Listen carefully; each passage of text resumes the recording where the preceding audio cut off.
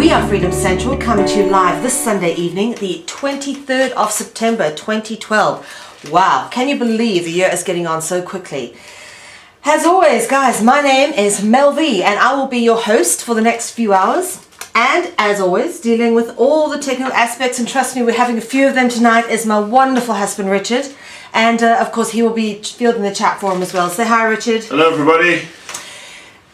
Well, it's been a hectic week here at Freedom Central, and this is sure going to be an interesting show tonight as we catch up on what has been happening here at Freedom Central headquarters here in the Netherlands. And of course, we have plenty to report back. But that's all to come the second half of the show. As first, we'll be speaking to our guest tonight, Thomas Sheridan, who is an expert in psychopaths and psychopathic behavior. And I've been quite excited to speak to this gentleman. First off, being from Ireland, I'm particularly fond of the Jolly Irish. And also, this is a particular subject that I think is quite poignant for people to understand in these times. Learning to identify psychopathic and psychotic behaviors. Hello, Thomas. Hello, Mel. Hi, are you there? You're coming through loud and clear. Welcome. You're on Finding Voices Radio live on air with us this evening. I'm glad to be here. Thanks for having me on. No, you're absolutely welcome, Thomas, and thank you for joining us. First to say, a big welcome to everyone who is listening in tonight, and of course everyone from South Africa and in Holland especially who's tuned in for this one. There's been a lot of people who've been writing to me, asking me questions. People have been thinking about what's been going on in the world and looking at sort of the anatomy of the psychopath and what actually causes a lot of people asking questions within their soul. What actually causes this inert behavior within people? So having you on our show has actually come along at quite an interesting time because it's on the back of a lot of interesting correspondence I've been getting from people. So thank you very much for joining us. And this is a very unusual topic, of course, to specialize in. And I first wanted to find out what it is exactly that brought you down this path. I mean, you've got quite a journey, I'm sure, that's brought you to all this understanding. Yes, well, like so many things, it wasn't one specific incident, although there was one significant point that did happen. I grew up in Ireland in the 70s, and, watching all the sectarian violence up in Northern Ireland just up the road, it just always amazed me how people could do things like that were just like the rest of us. And also, when I was 8 years old, I was nearly blown up in a car bomb in central Dublin. Wow. So it was around the corner from me, so and a lot of 30 people were killed. And so it was that always, that was when I kind of became aware of my own sort of ephemeral nature as a being. Yes. I knew I was, I knew that I was like finite. And I used to think I was kind of a child that thought very, very deeply about things. And I couldn't understand violence, I couldn't understand bullying. And it just seemed there was no payoff in any of these things. And back then I left school and I went through life and I played music. I went to New York and I became a graphic designer and I started working for Wall Street investment banks. And I noticed that there was a certain kind of person, I couldn't quite put my finger on what they were, or why they were the way they were, but there was something not there. There was an absence of a sort of a depth to their personality that wasn't there, and at the same time they seemed very charismatic and shifty at the same time. You would be sort of flattered by them, but you wouldn't trust them. Your intuition when you immediately met them would kind of kick in, telling you to be wary of this person. And through a series of happenstances, one young guy who was actually clinically diagnosed as a psychopath after he was a rich kid in New York, after he went crazy and really got his parents and his family into a lot of trouble.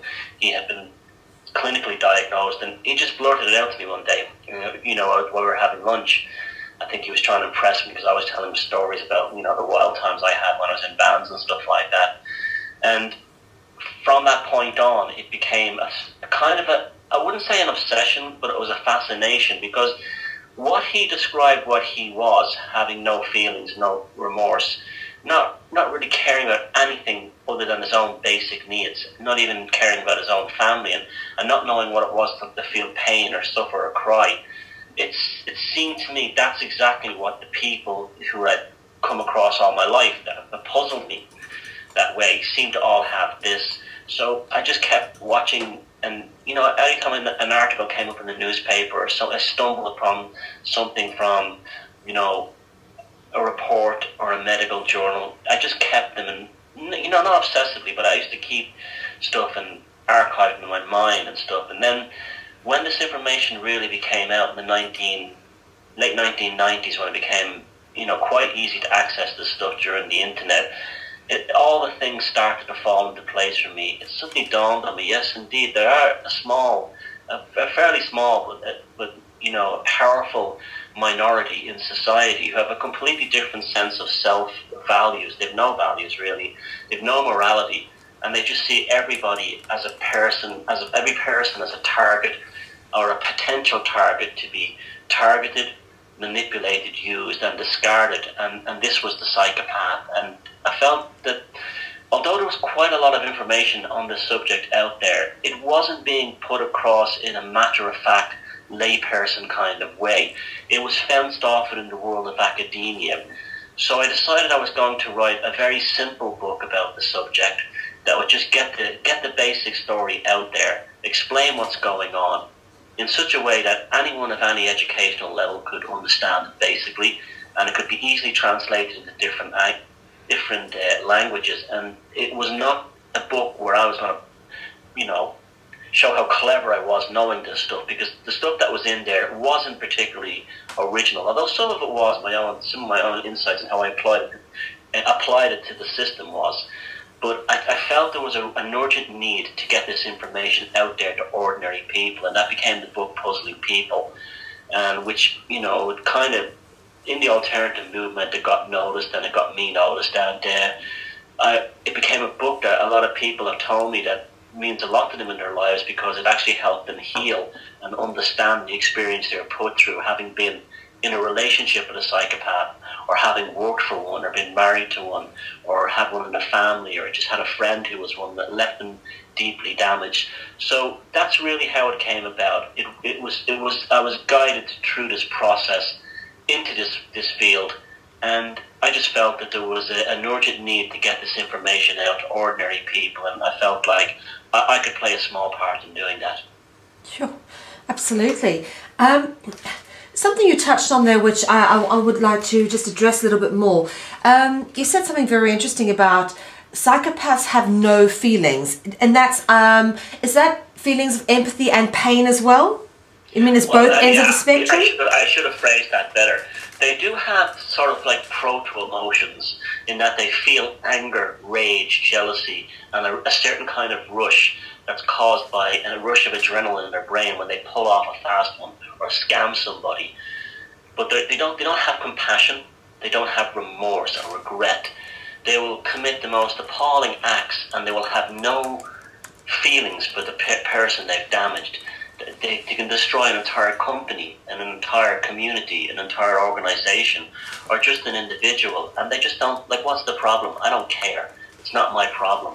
And the coldness of it is quite remarkable, the lack of decency, because they don't understand what those things are like. So that to them, it's just, everything in life is just business. Now, they don't suffer because of this. In fact, when many of them wake up to the fact that they are like this, they realize they have an enormous sort of advantage over the rest of us, because then they're basically free. They can go through life manipulating, using, torturing, and just discarding people at will in order to get what they want. So they do have feelings, and they do feel pain, like physical pain and suffering. In fact, many of them tend to be hypochondriacs. They tend to overblow that, but they don't have any compassion for the suffering or the feelings of others. That's interesting. Extraordinary. Now, tell me, are people born this way, or do you reckon that they're bred as a product of our sort of imbalanced and sick society? Well, this is a tricky question. A true psychopath, one who is absolutely, cold and dead inside, and could be clinically diagnosed as such, and you could actually put them under an MRI scan and look at their prefrontal cortex and notice a lack of activity within the prefrontal cortex because it's simply not switched on. That's where we process empathy and emotions and dreaming. Yes, they're definitely born that way. What's the reason behind it? I really don't know. there's so many theories on it. There's a big push to make it look genetic, but that proof hasn't come in there yet. In fact, the Genome Project was supposed to finally validate this idea of hereditary genes and the heritable factor in all genetic personality disorders, but they didn't find it. They simply did not find a personality in genes. That's actually one of the big dirty secrets of genetic science, is that they didn't really find with the Genome Project what they were looking for, and hence why all the corporate funding was nearly pulled from it. Now, the hereditary factor, yes, I don't think so, because just on anecdotal evidence, I'm just a layperson. I don't have a big, scientific ability. I don't have a big research team or anything, but there's overwhelming evidence that they just seem to arrive in families out of the blue. It's very difficult to explain. There was an article in the New York Times about child psychopaths a few months back, and the article stated that the research program, that the article was based on, all these kids came from healthy middle-class families, and they were loved, and they were the only child in the family who was psychopathic, and neither parent was psychopathic themselves. It's almost like a savant. They just show up. Now, the other thing you're talking about, the psychopath who could be engineered to behave like that, I call these people proto-psychopaths. What they would be a normal person, but yet they're, just because our society is so twisted and distorted, it's so based on greed, to get one up on another person, materialism, and instant gratification, that large numbers of people who would probably, if they grew up in an indigenous culture or a different value structure, would probably grow up to be quite normal people, but they're turned into a kind of a proto-psychopath by the psychopathic system in order to get ahead or even to survive.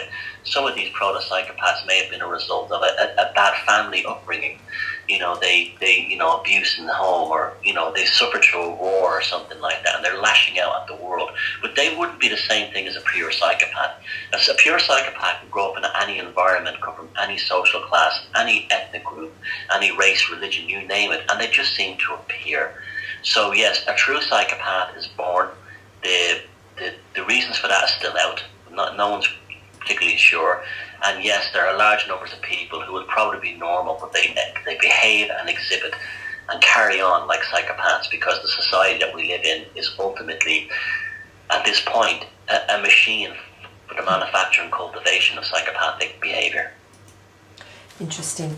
Now, let me put this across to you. I mean, we look at sort of like the works of Eckhart Tolle, and we learn about sort of the ego, the dark and the light within us, all of us having a dark passenger. What would you say, perhaps, just as my own kind of working hypothesis, if I threw it in there, that perhaps people who have psychopathic tendencies tend to have the dark passenger playing a more dominant part?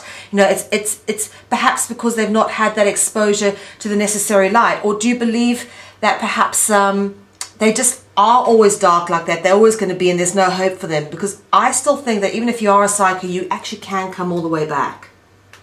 Well, we're talking about the whole idea of the Jungian shadow here. Yes, it's an intrinsic part of our psychological makeup. We all have it. We all have a dark side to us, all of us. And we're not supposed to run away from it. We're supposed to actually engage that dark side and deal with it. This could be a period of going nuts in your 20s and stuff like that, having a really wild time hanging out with a wild crowd. Or it could be other things like playing like really intense dark music, or many other things. It's there for a reason. It's there to help your consciousness evolve, and you don't escape it. You have to learn how to master it, because it'll always be there. Because it's engaging the dark side of one's own personality is how you actually discover what the light side is. You find your attributes in terms of your decency and your real ability to grow and evolve as a consciousness. Well, we're in a very sort of a complex area here, and I do agree with you in the sense that it is fundamentally, from what I can tell, it's rooted in human consciousness. They have a different consciousness than the rest of us. Now, whether this is probably, in my opinion, I could be wrong, but after all the years of looking at this, I've come to the conclusion that consciousness, just like everything else, is representative of the dualistic aspect of the universe: male, female, positive, negative, black, white, up, down, and so on. There seems to be a predatory consciousness, which is the psychopath, and an empathic consciousness, which is the rest of us. And they just seem to, that's the purpose they just seem to serve. They just seem to be there for that reason. Now, that could be an evolutionary process as well, because us as a society being engaged by these appalling acts that the psychopath puts upon us and on society, it causes us to be better as human beings and to be growing more understanding. If you look at their brains under a CAT scan or an MRI, specifically when you put emotional triggers in front of them, they show no response. They seem to almost essentially live in the lower reptilian brainstem. They have a frontal cortex and they have limbic regions just like the rest of us, but they're not damaged. They just don't go in there. They can't be bothered going in there. It's almost like they utilize the brain that they need for their own life. They just have a predator's brain in terms of how they process it electrically and neurochemically. Can they be cured? Well, there's absolutely no proof that any psychopath has ever been cured. In fact, they've been shown to be just as predatory in their old age as what they were when they were younger. They never seem to learn. Wow. They may learn from something like Pavlovian conditioning, where they're afraid to do something in case there might be repercussions like go to jail or to be murdered or something. But that stops them not for any moral reason. That stops them because it's just to them, it's just a common sense thing that they need to do to survive. So unfortunately, now this is an important point I want to make at this point. Psychopaths, we all have the ability to be a bad person. We've all done things in our lives that were bad and could have been seen as being psychopathic. But we have remorse. We care about what we've done. We care about the damage we've done to others and who we've hurt. And that's what makes us different than a psychopath. A psychopath just doesn't care. We will try to, redeem ourselves and try to make it up to the people we've hurt. And we can't do it to them directly. We try and do something for the betterment of society as a whole, whether it's becoming a community volunteer or something. But a psychopath doesn't like that. They don't look back on their lives at any shame. It's like people say to me, I'm worried I may be a psychopath. And then I say, well, then you're not one. Because if you're worried that you may be a psychopath, that's proof you're not one. Because they absolutely do not show concern for their condition. In fact, many of them love it and glory in it. It's very interesting. Thank you very much. It's actually good clarification then. As I have in fact myself at one time asked, because I've also been through periods of darkness in my life, and thank you for clarifying that. At least now I know that I'm not a psychopath because I've asked myself that question. We should live lives like that. We're supposed to make mistakes in our lives. We're supposed to do these things. So that's part of your growing experience, and that's something with the New Age movement really has to get up to speed on that. Negativity is part of our makeup just as much as positivity. Yes, I absolutely agree. I totally agree that from the darkness comes the light, and one couldn't exist without the other. That's a very good way of putting it. Now, just jumping back to something you said that caught my attention, of course. I'm absolutely fanatical about Ophiolatreia, which is, of course, the study of serpent worship and all things reptilian and dragon, myself being born in the year of the dragon, and my second book's actually entitled The Eye of the Dragon. Lots and lots of interesting historical research in it. Do you think, and you mentioned that this is specific to people who live specifically in the part of their brain that's the reptilian brain. Tell me, does your research bring you into any of the understanding of any of the other sort of popular reptilian research that's coming out now? Would you say there's some connection? You mean like the reptilian stuff that David Icke comes across with? Yeah. Well, as a metaphor, it's probably excellent. As a metaphor, yes, but I haven't seen any proof. I'll tell you why. Well, also, you said something how we have a psychopath that breathes in our brain. The Carlos Castaneda's books, where he speaks to a shaman, he speaks about the same thing, the psychopath, that's predator that's in our mind, that feeds off of us. And it's this particular quote was actually quoted by David Icke in one of his books, and it just seems to tie in so perfectly with what you're saying. It's almost like I can't ignore it. Well, human beings human society has a very interesting relationship with the reptilian and the serpent. If you look back through mythology, yeah, it's probably of all the animals mentioned in our history, it's one of the most frequently mentioned. But it's usually, quite often, in many cultures, it's portrayed in a very positive light. Sometimes it's a negative light. For instance, in Ireland, St. Patrick casting out the serpents represents it's basically an allegory for the removal of the pagan worship by the Christian Roman Empire. And that they use the serpent as a negative image.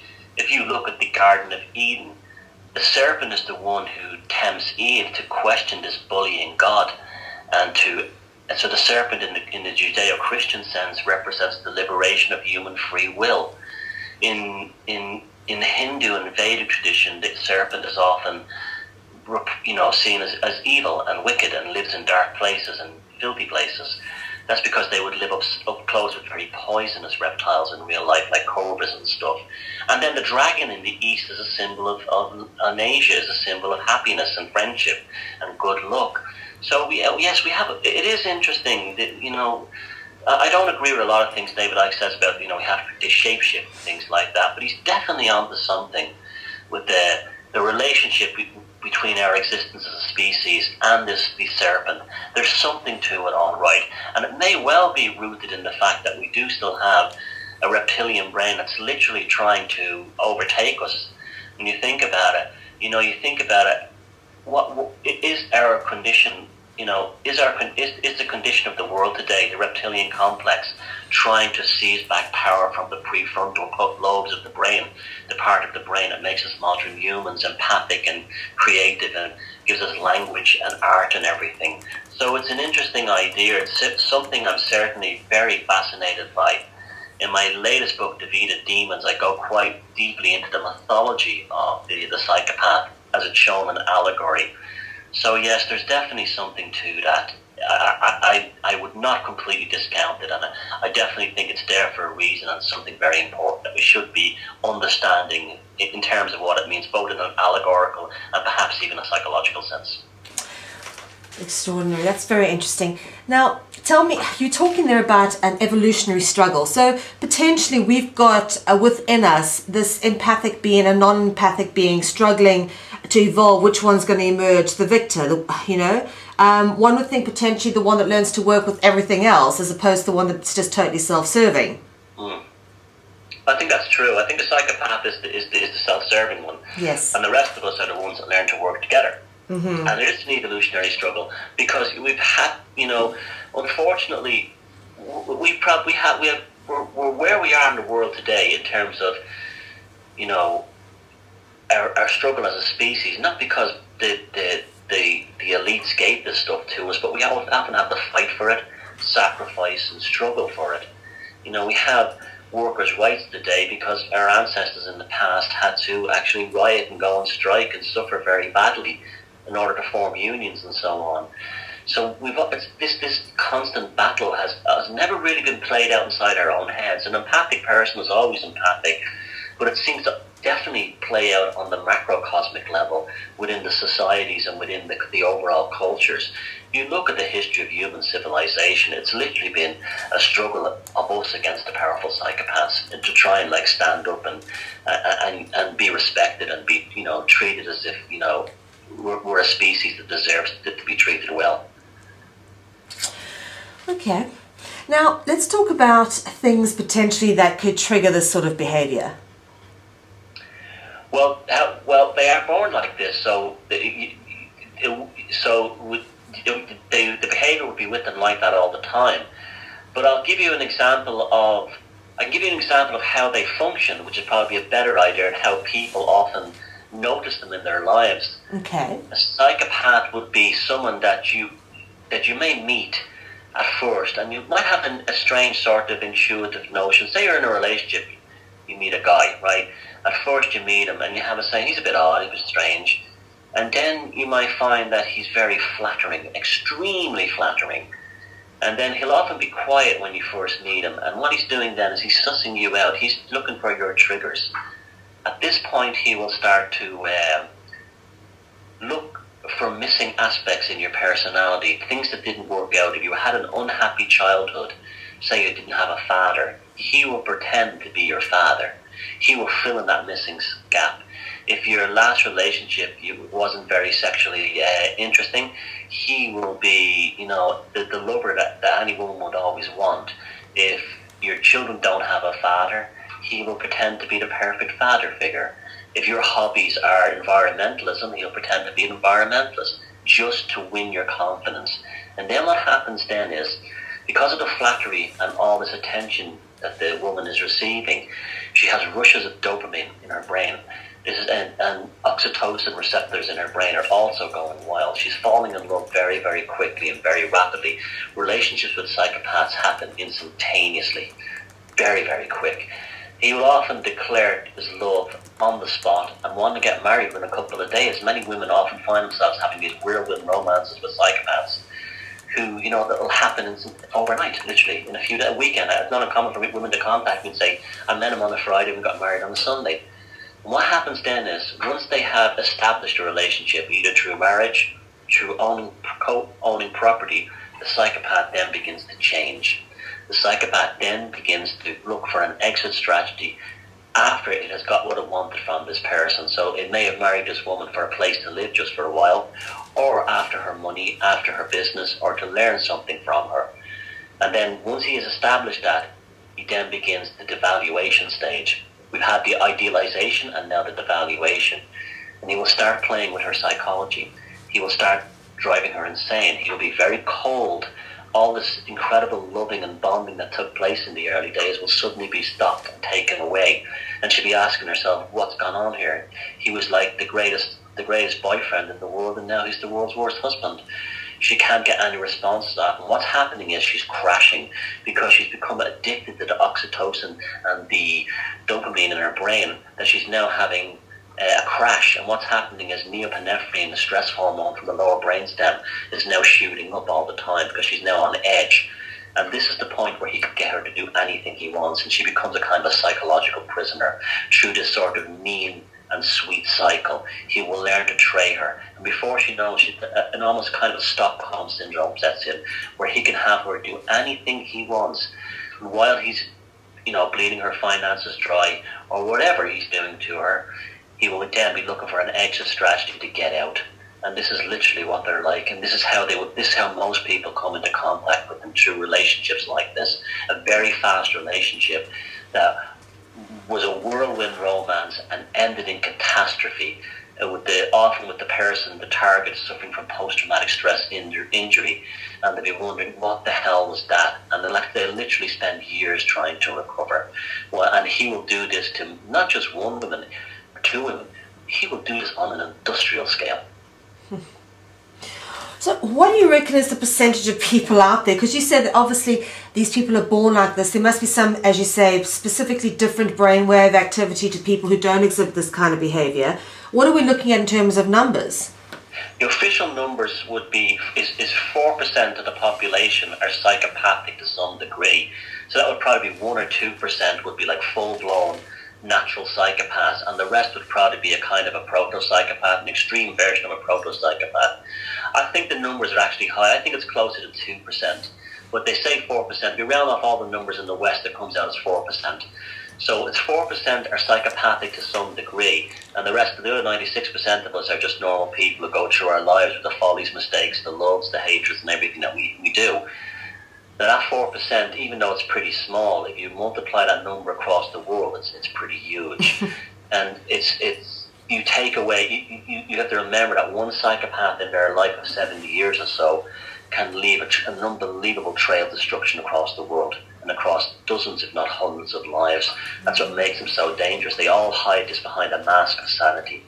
Nobody knows what hit them until this psychopath arrived into their life and literally turned it upside down. Okay. Now, are psychopaths sometimes killers? Oh, yes, they are. Okay. Very rarely, though. Very rarely. Yes, of course they're killers. Ted Bundy's, the Charles Mansons, and so on. They absolutely would be psychopathic killers. But they're very rare at the end of them. Very rarely do any of them actually kill. The reason for this is because it's too too messy. If they want to kill someone, they'll mostly do it for psychology. They'll destroy that person's psychology to the point where the person will want to commit suicide. It's called murder by suicide. And that way they'll make sure to be in their will or have insurance policies and everything on them, or they'll hire a hit person to do it. But generally a psychopath will very, very rarely actually gets their hands dirty and does killing, but it does happen. Yeah, okay. Tara, do you think people can be turned into psychopaths through sort of altered wave activity, maybe through televisions or, I don't know, the frequencies that are going through the air at the moment, through HAARP and whatever else? Well, that's a superb question and very, and I'm glad you asked that because I don't get asked this question enough. I was recently leaked a document from a doctor who got it from an American research program in MIT, the Massachusetts Institute of Technology, last year. I think it was last year the document came out. No, sorry, 2010. And they discovered that by placing magnetic fields at certain parts of the brain, particularly near the limbic regions, a person's empathy was literally cut off. Wow. Literally was cut off. And there's now research with DARPA in the US to create soldiers' helmets. This is quite frightening to think this, that the soldier's actual, helmet will actually switch off the soldier's empathy while he's in battle, so he can actually kill without remorse or kill without feeling. What it literally does is it puts it when you put these magnetic fields near the limbic region, they actually switch. They put your preservation ahead of everyone else. And we did some very interesting studies where they would ask a young guy, if you're crossing a bridge and the bridge was collapsing, would you grab your girlfriend and save her first before you run for safety? And he would say, of course I'd grab my girlfriend first and save her. And when they put the magnetic fields next to their limbic region, they said, no, I'd run for safety, I wouldn't care about her. So this is very disturbing research. Now, where this brings us to another level is, we don't have to think in terms of big, secret military projects. Let's talk about something as powerful as a mobile phone, an Android or an iPhone, which has a very powerful magnetic field right next to your limbic region as you're using it.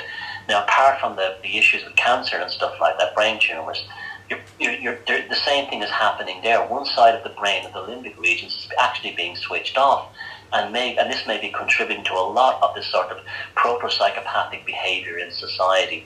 Yes, absolutely, these waves can do this, and it's something we should be very careful of and very, very concerned about. It's something I'm becoming more and more increasingly concerned about with so much Wi-Fi and everything, smart meters. It's not natural for our brains to be bombarded with this much electromagnetic activity. And since I came across that paper from MIT, I've become increasingly concerned that that's actually what's going on with a lot of people. Yes, indeed. Now, it's interesting you say that, Thomas, because in 2010 I was contacted by a researcher who's been doing in South Africa huge amounts of research on cell phone activity and on the impact it has on, particularly on young children and growing brains. And he's discovered there's been an increase in suicide rates through the use of cell phones. And he's categorically shown me the figures and done the links and the numbers, and it looks very, very plausible. And it's, these holding these devices so close to the head actually, apart from switching off empathy, is doing some other damage to people that makes them want to kill themselves. I mean, is suicidal behavior psychopathic? Well, psychopaths generally don't commit suicide unless there's no other option left, because they wouldn't have this. They wouldn't have, most things that drive people to suicide are things like, they've got tortured souls. Yeah, sure. But they don't feel anything like that. Usually to them when they commit suicide, all their options have been used up and the police are coming for them or something like that. It's just time to check out. That's literally how they see it. They wouldn't even think about their lives or anything at their last moment. Now, this thing with the mobile phones and cell phones, this is something, again, that doesn't surprise me. I went to see a talk recently in English. I was one of the speakers, and this young lad came up afterwards and he gave a demonstration of just using a radiation meter, a Geiger counter, just how much radiation comes off something like a Wi-Fi or a smart meter or a mobile phone. It's incredible the amount of radiation that comes off them, and these things have been approved for use with children walking around with these very powerful electromagnetic fields right next to their brain. I mean, it really is. There's a lot of irresponsible parenting as well going on there. Little kids kids should be given an iPhone. Not all their skulls are still soft and their brain tissue hasn't fully developed. Yes, I totally agree. Unfortunately, poor kids, poor moms and dads get put under so much pressure from children to have the latest of everything. It's part of our unfortunate society. Well, I wouldn't call it unfortunate. I'd say that's a classic example of the psychopathic society. This need to have instant gratification. With like the actual, the culture itself, the actual society as a whole, both in terms of government, corporations, you name it, all the control structures are absolutely psychopathic. And this is where, even if you have never met a psychopath in your life, you're still living within a psychopathic system. That's very interesting you bring it to that point. So let's move it forward now. What do you see ultimately is the outlook for humanity if this is sort of what we're faced with now, is a psychopathic society? Well, I think there's two ways of looking at it. Okay, yeah, it's bad. We're under tremendous control now. Yeah. Where the actual surveillance and everything of our lives is unbelievable. At the same time, a lot of people are waking up. A lot of people are questioning their values and their lifestyle, and they're switching off their TVs, and they're knowing that this thing is rubbish and this is not a good way to live. So for the first time ever, we have a kind of an emergence, and these would be the most empathic people who have said, "I've had enough. I don't want to be bothered with this anymore." And so we're having a sense of almost a society that may be growing up now. It's small, but it's growing. We're a growing minority of people who are becoming increasingly non-compliant with the system. They're not shopping as much. They grow their own vegetables. They keep chickens. They watch TV. They don't watch TV, sorry. They'll do things, read books. They'll have hobbies, and they'll learn skills. This is very important. More and more people are now learning skills because we have a huge skills gap. Our grandparents would have all had amazing skills, especially the ones who grew up in rural areas. They could fix or do anything. That's all been lost through this so-called, civilized society, modern technological society. So a lot of people are waking up and they're breaking away from the system. I meet them more and more every day. My attitude would be is that if you can wake yourself up, then that's enough. Because that's you saying, I am not going to comply with the psychopathic system anymore. I'm going to seek a better quality of life. If you do that, you'll find other people have done the same and will be drawn to you. You don't have to join a movement or an organization or a statute or anything like that. It just happens like everything else that's ever happened through the history of humans, organically and naturally. So I am quite positive about the future. I do believe that there is better things coming down the road. And I think a lot of it has to do with the fact that people are learning about psychopathic behaviors and psychopathic individuals. And I'm looking at the governments and corporations like Monsanto and people like Bill Gates, and they're going, enough already. Yeah. Well, what do you think? Do you think we can heal the psychopathic society? If you say that a psychopath just is like that and that's the way they are, what if someone really has as you say, wakes up, they have a long, hard look at themselves and they go, well, I am sick of inflicting suffering on people to survive because it always comes back to me. Let me see how I can try and make my life better, kind of thing. Do you think we can collectively heal society by perhaps trying to move out of a psychopathic, self-serving mindset? Oh, absolutely. I know we can. Absolutely we can. I mean, even when I worked in Wall Street, now I was a graphic designer when I was on Wall Street. I wasn't a banker or anything like that. But I knew a lot of these people who were actually working in the financial aspects of these things. And the scary thing is that most of them would be very nice people. But there's a lot of this kind of thing, hear no evil, see no evil. Once I'm getting paid and I don't rock the boat, everything is fine.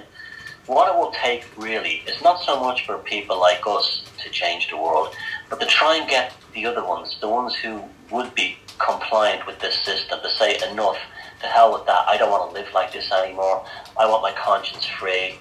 And if we can reach those people somehow, and I think we are reaching them, very slowly, but we are reaching them, they're the ones who can change.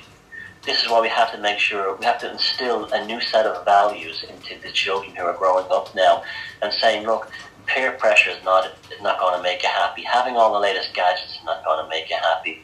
And being, having a perfect body and a perfect figure and having Botox and all the latest fashions is not going to make you happy. What will make you happy is following your own creative awareness. And what human beings are supposed to do is create. That's what our destiny is. We're to create. We're always supposed to create. And if you can instill those values into the next generation, then that'll give us a huge leap, because we'll suddenly have a group of young people who won't have the same need for bling. Unfortunately, with the pharmaceuticals and everything, so many parents are putting their kids on these psychotropic drugs because some psychiatrist or school counselor said the kid has ADHD or something else. This is another issue we have to address as well. But ultimately, it all comes down to myself, yourself, and everyone else, an individual, just living as a sovereign, conscious, independent human being and trying to live your life the best way you can. And you find when you do that, you attract other people like that to you. Yes, indeed. I absolutely have found that. And funny you say that, because, in times of my life where I think I've exhibited behavior which I thought at the time was psychotic, what I have noticed is I have then drawn dark experiences to me which have helped, which, I've had to work through and grow. Perhaps these psychotic elements are there to teach us something. What do you think about that? Well, let me correct you there. Psychotic is a very different thing altogether. Psychopathic would be mental illness. Someone has no control over their behaviour.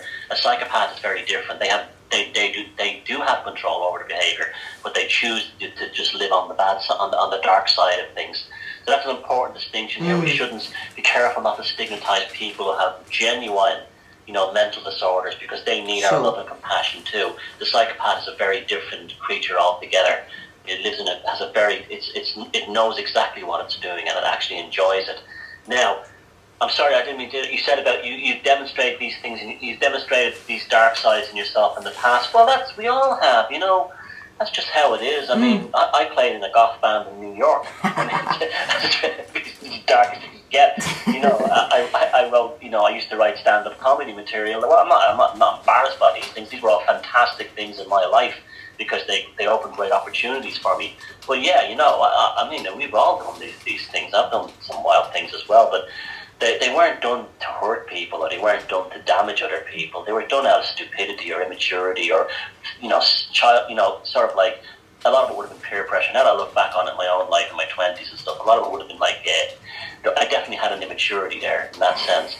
But they weren't evil things. Yes. They were just, they weren't evil. They were just what society would deem not a good way, not respectable. But that's okay. That's all right. You're not like that now. You're not like that now. So it doesn't matter. We've learned. We've evolved. We've grown from our experiences. But a psychopath wouldn't. A psychopath would just continue on doing them because that's what they enjoy and that's what they know. Good. Well, thank you very much. That's a very good distinction. Tell me, what are you doing with your works? I've come across you about a year ago, and I watched one of your videos, and I was thrilled when Malcolm McDonald offered the opportunity for me to perhaps speak to some of the speakers at the Awaken and Aware conference in Edinburgh. And I was wondering, are you doing workshops? Are you actually perhaps counselling people? Because this is such a vast knowledge. Well, I don't counsel people because that's not my job. That's I put the information. I'm just the messenger. Okay. I throw this information out there and I say to people, run with it. If you want to run with it, if you don't like it, that's cool too. That's what I'm just a messenger. I'm just a guy, a small guy standing on the hilltop saying, "Hey, check out this stuff I found out about psychopaths. You might find that interesting too." And that's what my thing is. I do talks when people ask me. Like I said, I'm going up to Edinburgh on the 13th of October, and I'm going to some other places as well. I've done some pretty big events so far, and there's definitely a big interest there. My work is moving, I won't say I'm moving away from psychopaths, I'm moving more into sort of consciousness development now. I'm very interested in left and right brain training and getting people to use creativity and to sort of deprogram themselves from their sort of left brain, analytical educational mode, which I think that has a lot to do with the problem as well. I think a lot of people, they're out of balance. The education system puts people out of whack. It kind of makes them neurotic and then makes them always dependent upon experts. So that's something I'm doing. I've already done a couple of workshops like that called Breaking the Babylon Mind, and they went down very well. So that's something that interests me greatly going forward. Yes, there's definitely an interest out there. I mean, I'm amazed at how. I mean, when I started talking about this stuff, a year and a half ago, I thought nobody was interested, and I've just been amazed by the thousands and thousands of people who have contacted me, and asked me to let me know more. So it shows that there's something going on. There is a sort of a zeitgeist happening where people are suddenly they hear the information about psychopaths, and they say, well, that makes perfect sense in terms of how the world is run today, or these how they can start wars in the Middle East based on weapons of mass destruction that didn't exist, kill 1 million people, and have no remorse or regrets about it. So it definitely was something that when people heard it, it clicked with them. So yes, my job now is just to continue to work as share this information with people as possible, much as anyone who wants to hear it. So without being hysterical about it or trying to make it too academic or anything, and to point people in the direction where they can, if they can do their own research. I always tell people never automatically believe everything I'm saying. I'm not a guru. I'm not the world's greatest expert, but go check yourself, go have a look and see if it resonates with you. And many do, and they get back to me and they say, my God, you're absolutely right, this stuff is everywhere. For sure. I also think one of the reasons perhaps people so identify with your information is because you're looking at this, as you said, not from an academic perspective, but really from a progressive, a consciousness perspective, and everyone, I think, can now start identifying with that now. Yeah, I think we're at the actual cusp of some kind of evolutionary change with human consciousness. I'm absolutely convinced of it now. We're at some kind of change point. We may actually be going to the next stage of human evolution, the development of our, just like our prefrontal cortex suddenly developed, almost overnight in evolutionary terms. We could be heading for something similar like that, with probably even better creative and empathic abilities. And I do kind of see signs of that in people. So it's a nice thought. It's something we should hold on to, because it's happened before in the past scientifically. So there's no reason why it shouldn't happen again in the future. So we should always think that we are capable of getting out of this mess, and we should never think of ourselves as being prisoners. Absolutely. Well, that's brilliant. Could you tell us a little bit more about your books, just so the listeners can know? Well, I don't know if you put a link on your website, but I have Yes. If you go to my website, thomassheridanarts.com, I've written a brief free ebook that people can download for nothing, called Reject and Survive, the Psychopathic Control Grid. And you can just download that as a PDF. And that's a basic introduction to the topic in the second part of that book. The beginning part is mostly essays and my journey through looking at the world in recent years. That was originally a script for a movie. And then in the back of the book, looking at it from the more spiritual and sort of even supernatural aspects. So you can download that for free. If you like that book and you want to read more, I've got 2 other books, Puzzling People, The Labyrinth of the Psychopath, and Defeat the Demons. And both of them are on my website, thomassheridanarts.com. So, download the free one first. If it resonates with you and you want to know more, then, if you want to buy my other books, I'd be delighted. Of course. Absolutely, Thomas. I'll definitely get hold of the second one. Thank you very much for sending me the link, and I'll put it up on our website. Is there anything else you'd like to add before we close off this evening? I'd just like to say that what you've heard from me tonight, don't try and diagnose yourself, because that's what a lot of us have a tendency to do that. If you're diagnosing yourself and you're worried about it, I can guarantee you're not a psychopath. Another thing to do is not get into a witch hunt mentality, and be very, very, very wary of people who go, he's a psychopath, she's a psychopath, he's a psychopath, and are always pointing the finger and calling other people psychopaths, and naming them, because the chances are they're probably a psychopath themselves who are trying to create a diversion. That's a very common thing. It's called projection, where they blame somebody else for what they're getting up to. And I would just say, remember, you're an amazing human being. You live on an amazing planet, and 96% of the people on this planet are kind, loving, beautiful people. Even if they're not on the surface, the beautiful soul inside them is there to be found.